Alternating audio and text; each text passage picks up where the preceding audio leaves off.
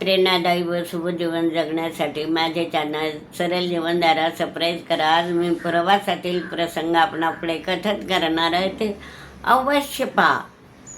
तर मी प्रवासाला निघाली. दिवसाचा प्रवास होता, जवळच जायचं होतं म्हणून रिझर्वेशन न करता जनरल डब्यातच बसण्याची तयारी केली. गाडीच्या वेळेवर तयार होऊन स्टेशनमध्ये हजर राहिली. गाडी येताच मी डब्यात चढले आणि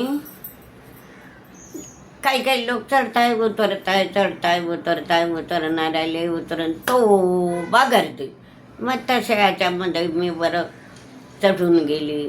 जागा होती त्याच्या तिथं बसून गेली. येणारे जाणारे धक्के धुक्के देतच होते. तशा परिस्थितीमध्ये जागा पटकावून एका जागेवर बसून राहिले. माझ्या शेजारी 2 बाया बसलेल्या होत्या. मग मला पण त्यांनी सरकून जागा दिली आणि मी तिथे बसून गेली. सुरक्षित गाडीने शिटी देताबरोबर प्रवास सुरू झाला आणि मग मी इकडे तिकडे बाहेर झाडे वेली असं बघत राहिली. थोडा वेळ ते बघितल्यावर गाडी सुरू होती, जोरात सुरू झाली. मग हळूच पेपर काढला. मग मी पेपर वाचायला सुरुवात केली. जवळ शेजारी त्या 2 बाया बसलेल्या होत्या. आपसात त्यांनी बोलायला सुरुवात केली. एक इंदू नावाची बाई म्हणाली, का गं बाई, तू कुठे जाते आहे, काय आहे तुझं नाव? म्हणे माझं नाव सरिता आहे. सरिता, तू कुठे जाते आहे? म्हणे मी माझ्या नंदेकडे जाते. माझ्या नंदेकडे शेती आहे. मग त्यांचं शेतीचं काम काही थोडं रखडलं आहे, तर मदत म्हणून मी तिच्याकडे जाते आहे. आणि म्हणे तुम्ही कुठे निघाले आहे मावशी? म्हणे मी म्हणे माझ्या नंदेच्या नातीचं आज नाव ठेवणार आहे, बारसा आहे म्हणे, तर मी तिथं जाते आहे. असं का? म्हणे मला मग ती आपली मावशी म्हणते, इंदू मावशी म्हणते, का गं बाई, तुला काही मुलं बाळं नाही का? म्हणे तू मुलं बाळं नाही जवळ घेऊन आली का? नाही म्हणे मावशी, मला मुलं बाळं नाही, मी एकटीच. मग नंदीला काही शेतीचं काम पडलं की मी मदत करते.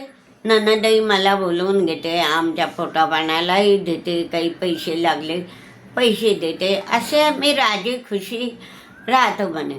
आणि म्हणे तुझा नवरा काय करतो? काय नाही म्हणे, श्रीमंत शेतकऱ्याकडे सालधारती बनवून करतो. आता अक्षय तृतीयेचं माझ्या नवऱ्याचंही वर्ष भरून जाईल. तर अशा प्रकारे मी रिकामपणाच्या वेळेस शेतीचे कामं करते म्हणे. आणि म्हणे तू एकटीच आहे, तुझे मुलं बाळं नाही का? म्हणे नाही म्हणे, माझे मुलं बाळं मला होत नाही म्हणे.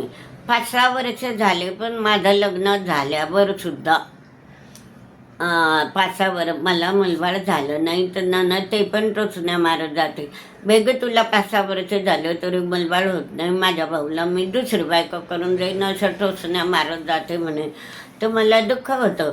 मग अशा अडचणीच्या वेळी बोलवलं तर जावं लागतं. मी पण मदत करते. ते पण आम्हाला ननदबाई पण सगळ्या प्रकारची धान्य पैसा अडका मदत करतं.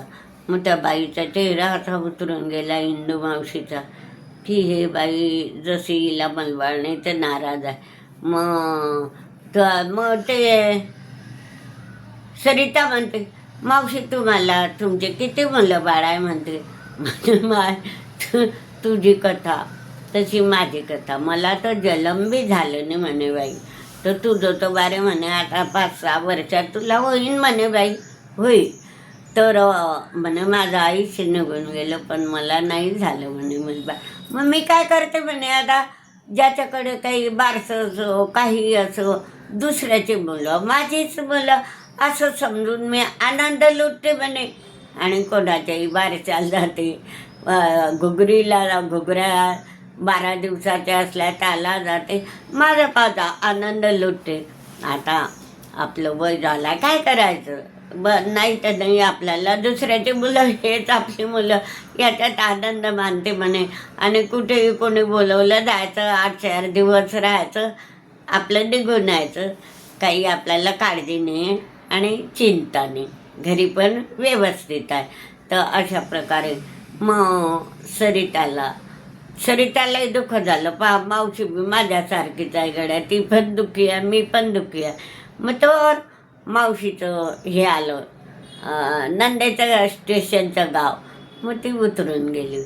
मग मी हळूच तो पेपराची घडी केली आणि पिशवी ठेवून दिली आणि म्हटलं का गं बेटी, काय गोष्टी करत होत्या? अशाच म्हणजे मी ऐकते म्हटलं की तुला 5-6 वर्षापासून मुलबाळ नाही, तर मग तू काही असा काही इलाज करत नाही का? तर म्हणे नाही, म्हणे आम्ही तळाने झालं मुलबाळ तर होऊ द्या, नाही झालं तर नको हो, नाही तर मग ते दुसरी बायको करो का काही करो, असं राजरोशीपणे आपण वागतो म्हणे आई. तर म्हटलं तू डॉक्टरकडे नाही जात का?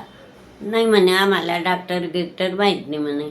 तर मग म्हटलं तू आता नंदेकडे जाते, नंदेला असा सल्ला दे की ताई मला डॉक्टरला दाखवा, तुमच्या भाऊला डॉक्टरला दाखवा, का त्यांच्यामध्ये दोष आहे का माझ्यामध्ये दोष आहे, असे गोड बोलून तिच्याकडून तिला सल्ला दे.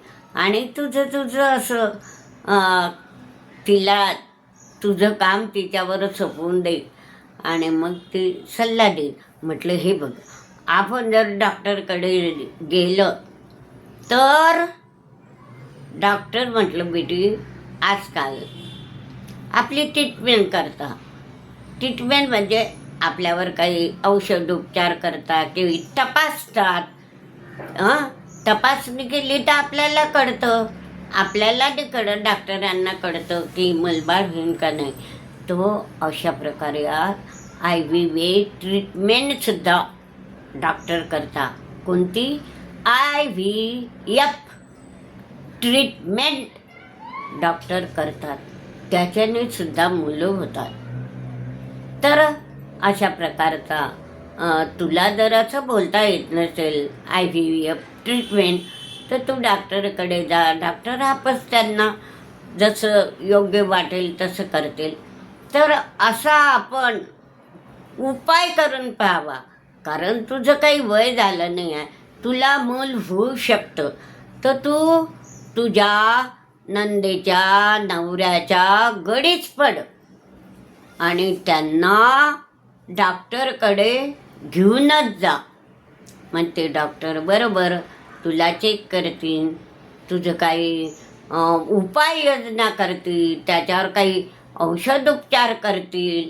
असं डॉक्टरच्या सल्ल्याने जर तुला मुलं बाळ होण्याचा सल्ला विचारला तर ते डॉक्टर बरोबर अशी IVF ट्रीटमेंट करतील. तर हा उपाय करून पहा. असं म्हणू नको की मला मूल होणारच नाही किंवा होतच नाही. डॉक्टरच्या सल्ल्याची IVFची ट्रीटमेंट घे. हा उपाय तू करून पहा. झालं तर तुझं नशीब. पण असा जर उपाय केला तो तुला फायदा होऊ शकतो आणि तुला मुलबाळ होऊ शकतं. तू काही अशी वाण जर नाही आहे, काहींना उशिराही मुलं होतात. तर तू माझा एकच उपाय लक्षात ठेव, उपायचं करून पहा. IVF ट्रीटमेंट घेऊन पहा डॉक्टराकडून. म्हणजे हा जर एक उपाय आपण करून पाहिला आणि तुला मुलबाळ झालं तर असे पुष्कळ बायाने असे उपाय करून त्यांना फायदे झालेले आहे. तर आपणही अशी IVF ट्रीटमेंट करून पहा.